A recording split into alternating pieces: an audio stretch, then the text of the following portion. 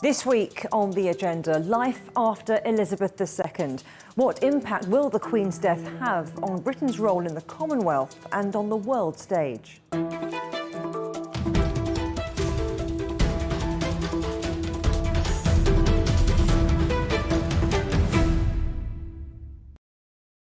The death of Queen Elizabeth II means major practical changes for the UK, from its banknotes and coins to stamps and the words of the national anthem. But it will also mean changes for Britain on the international stage. Now, the woman who was for many the diplomatic face of the UK to the rest of the Commonwealth, and indeed the rest of the world, is no longer with us.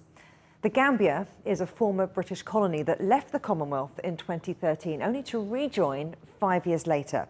And we can speak now to the country's Minister of Information, the Honourable Lamin Queen Jama, in the capital, Banjul. What has the impact of Queen Elizabeth II's death been in the Gambia? The relationship between my native land, of course, this is the Gambia, and the United Kingdom, is that they had explored Africa and came to the Gambia.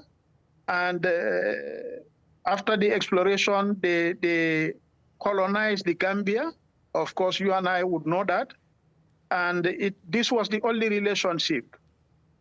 Okay, and certainly when people are linked together, they will either appreciate each other and accept each other, or they will reject each other.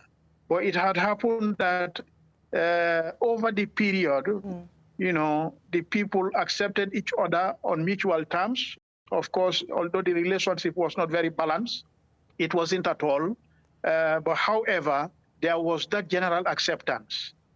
So what impact will her death have on the nation?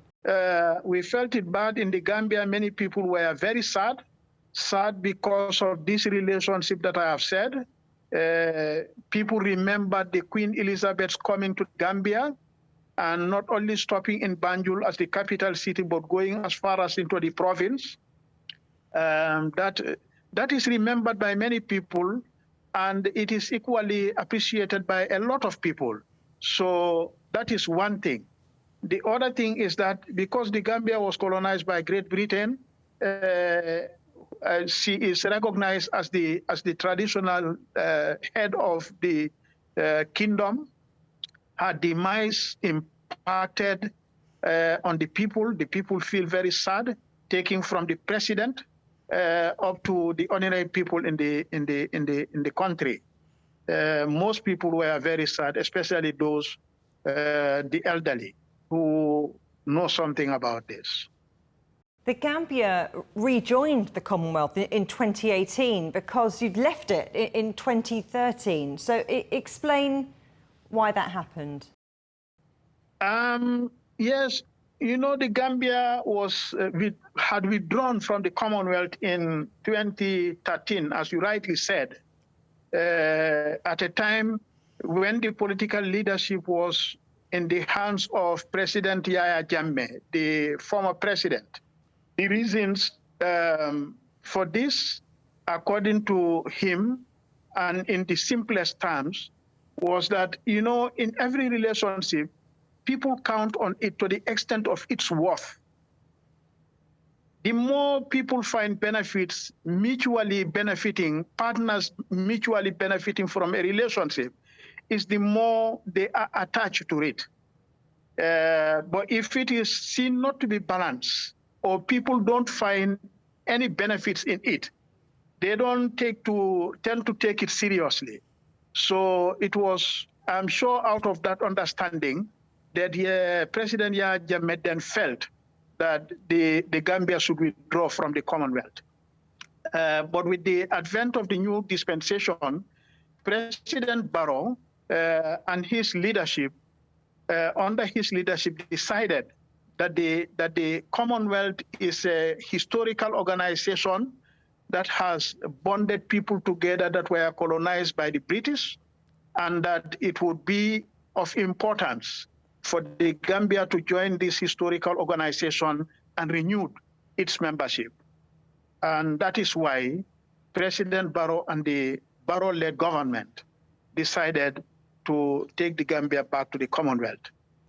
It could also be a signal in the sense that I think Commonwealth authorities also need to work on more programs to make the organization more meaningful, more beneficial, more worth living. How do you see the Commonwealth developing under its new head, King Charles III? King Charles has some opportunities. As I said, relationship between people becomes sustainable if it is seen to be a worthy one. And what makes it worthy is that it has to be mutually beneficial to all the parties concerned. So if King Charles has the opportunity today, the opportunity is that programs that will make the relationship more meaningful. But if this is not done, the Commonwealth is only maintained as a mere organization of colonies that were under British rule. I don't think it will pay a lot of dividends for people to continue to see it the way it had been intended at the time of formation. So my opinion, therefore, is that he should endeavor to develop as many programs and policies as possible, involve the colonized people who were one-time colonized people, involve them in common programs and policies. But for example, today you apply, even these Commonwealth countries apply visa to the UK. Before they are given acceptance is a problem. I don't think that should happen. The relationship can be consolidated by cultural exchange programs like that, but without going to each other, how can the relationship be meaningful? I don't think it would be very meaningful. So the thing is, the king should inwardly look at all these matters. If possible, try to interact with Commonwealth countries more in developing programs and policies that would bind them together in a more meaningful manner. Lamin, Queen Jamma, thank you very much.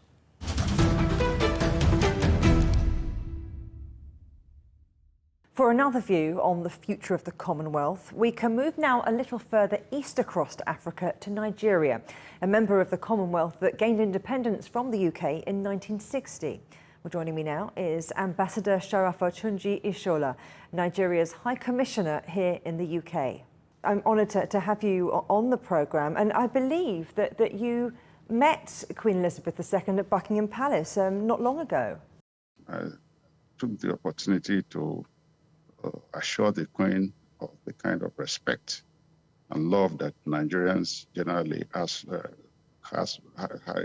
the Queen, being the head of the Commonwealth, and to assure her that we also continue to appreciate the way Nigerians are really welcome and taken and integrated into the British society. On that occasion, I also took time to speak about deepening the relationship between Nigeria and the United Kingdom, particularly through the establishment of a binational commission, whereby we'll have a periodic review of the memorandum of understanding between Nigeria and UK.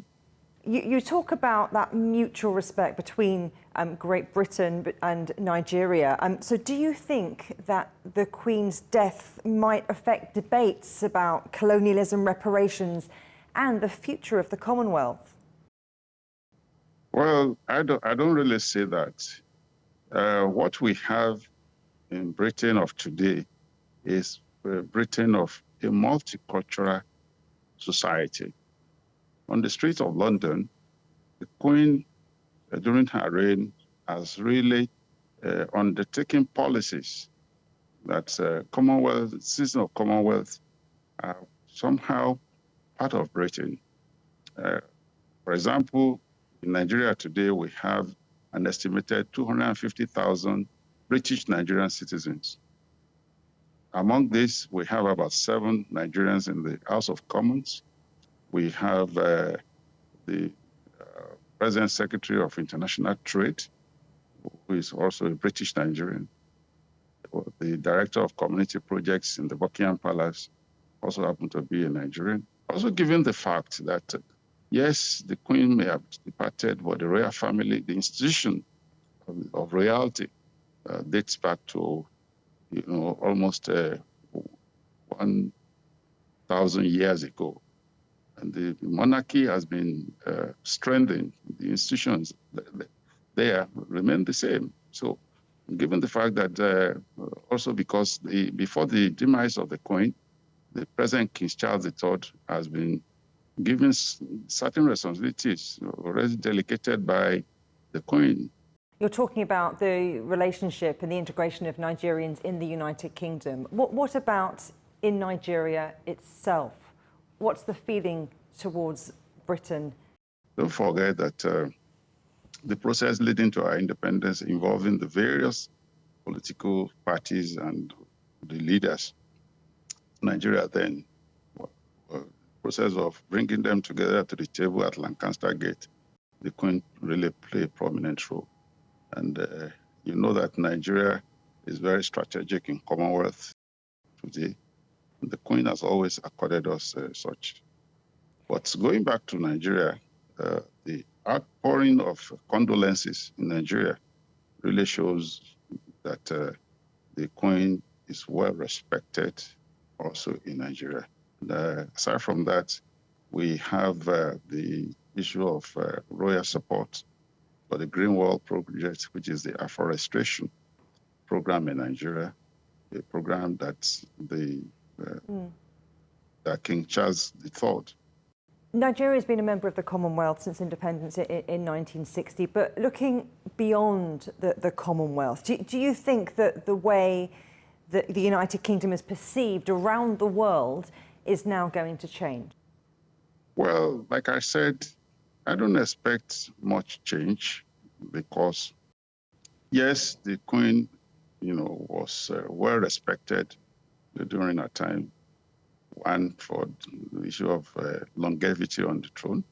Two, for her personality as a woman of peace and the woman that believed that we live in a global world whereby cultures and the idiosyncrasies of the various components of the world must be respected.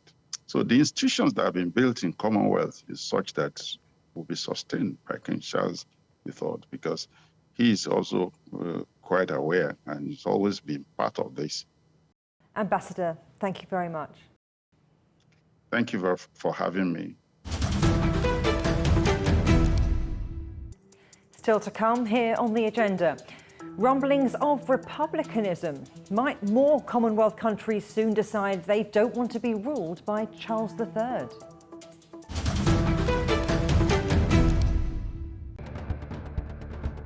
Events have consequences. Words create impact. Unprecedented scenes that we saw. The cleanup operation is now well and truly underway. Parts of southern Europe remain in a state of emergency. Context gives meaning. People make history. Far more than 1,000 people have come here today. But authorities are still on high alert. So now we've actually become the border on this road. A complex world demands a comprehensive view. But with the cleanup efforts more or less under control, the economic impact is bound to ripple across the country. There's plastic pollution everywhere. Because the world today matters for your world tomorrow. This is the living area of the crew. The focus is firmly on future technologies.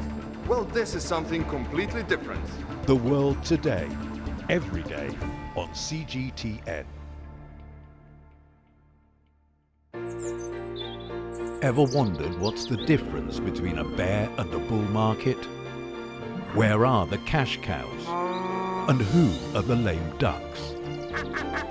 And what exactly are black swans?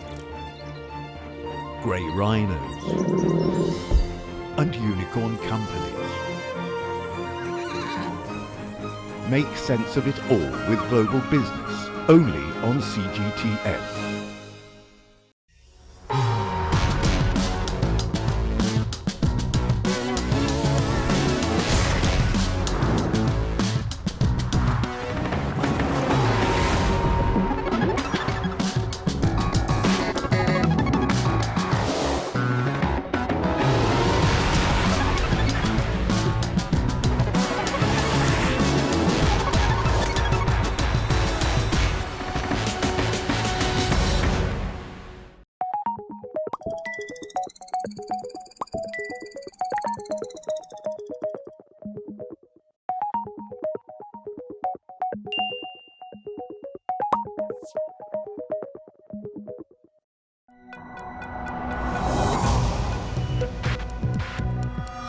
Each day, there are millions of stories. Each one can open new perspectives, new possibilities. Wherever you look, we are there to see, discover, explore.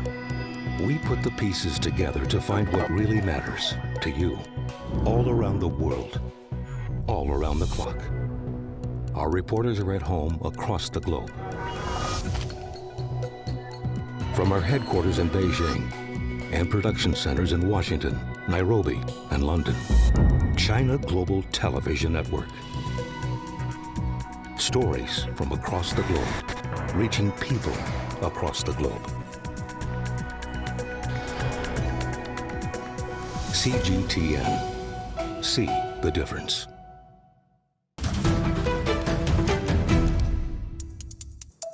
Welcome back to The Agenda.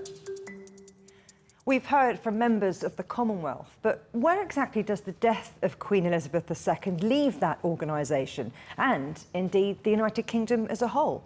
Well, with me now is Professor Richard Drayton, Professor of Imperial and Global History at King's College London and co-editor of the book Commonwealth History in the 21st Century. Well, great to see you. Thanks ever so much for joining us on the programme. How important a moment in British history do you think this is?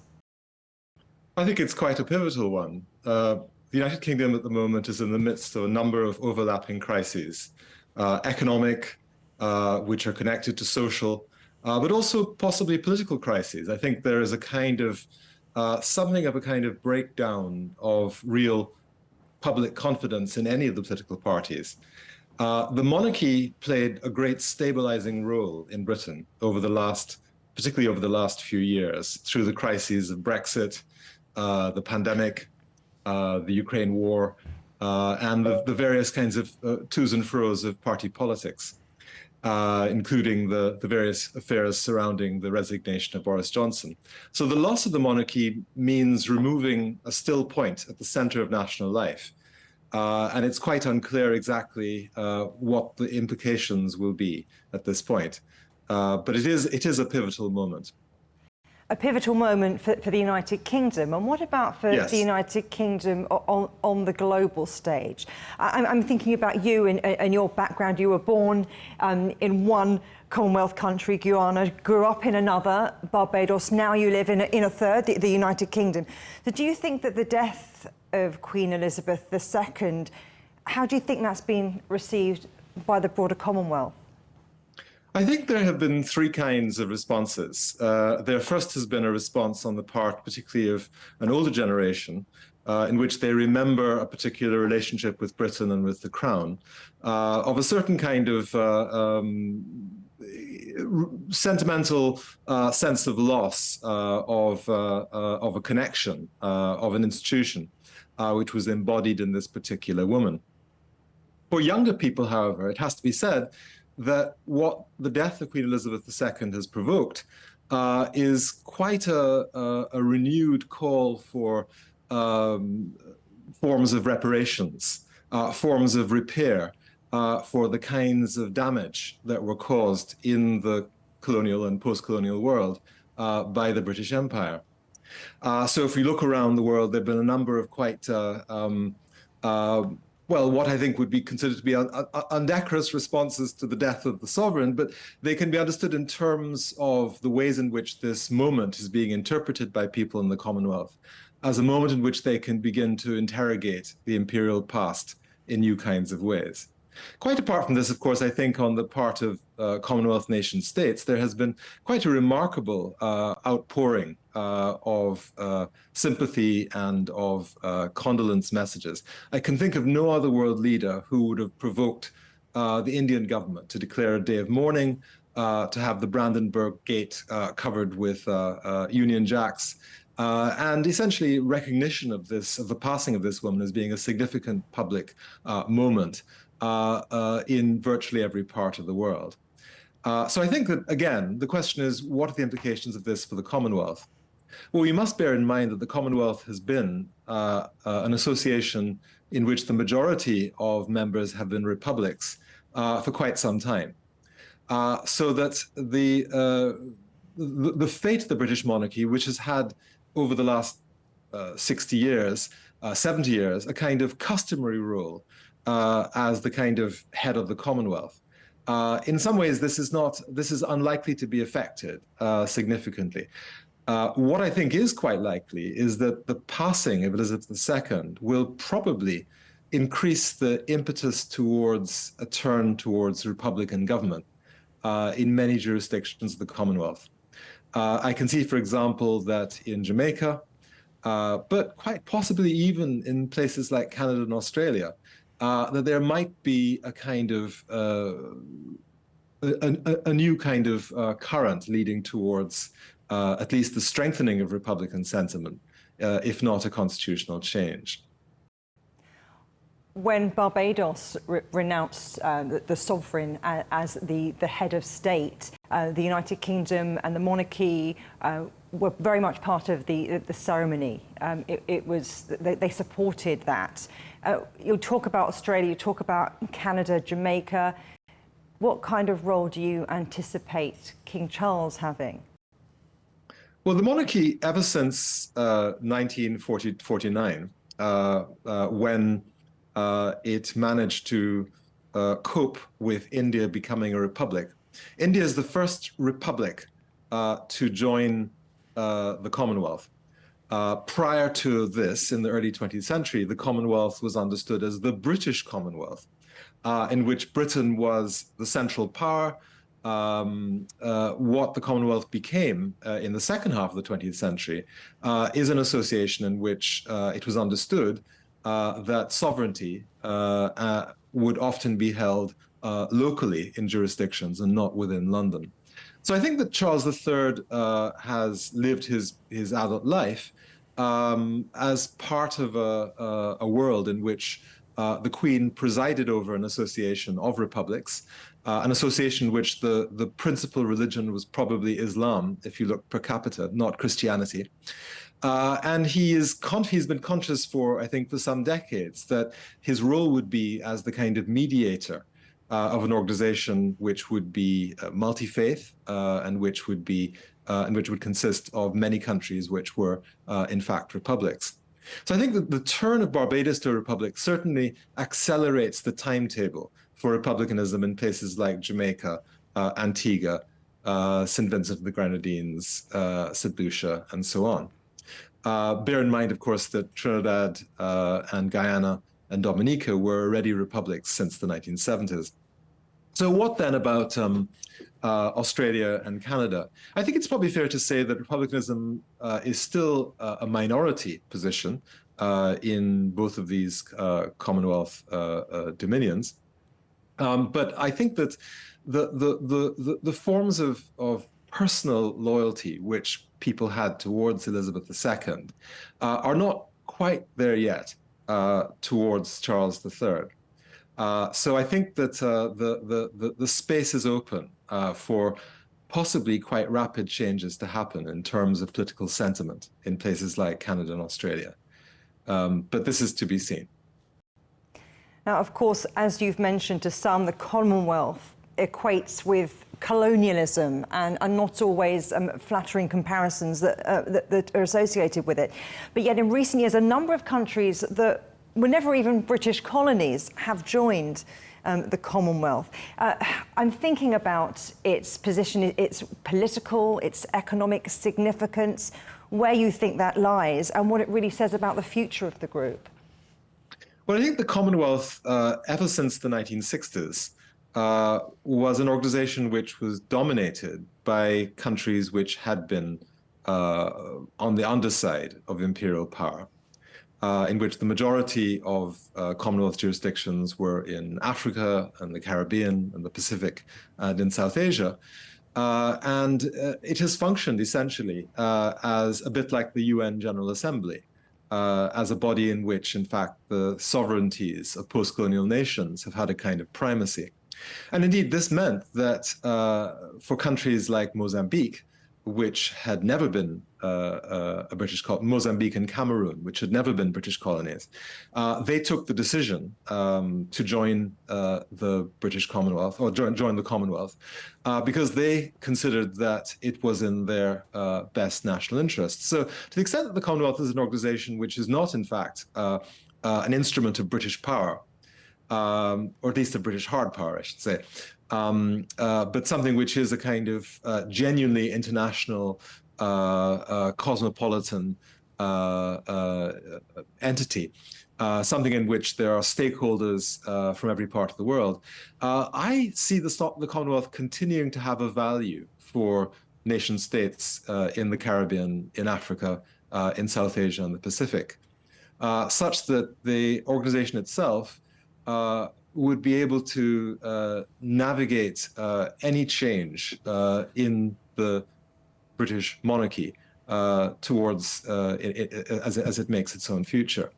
I can see the Commonwealth continuing to be a body which operates as a kind of caucus in the international system, and a space in which important conversations about things like climate change and economic development have been and are taking place. Let's talk about the United Kingdom beyond the confines of the Commonwealth. And I'm thinking about the impact that the death of Queen Elizabeth II is going to have, because she was the monarch that is the only monarch that most of us really ever knew.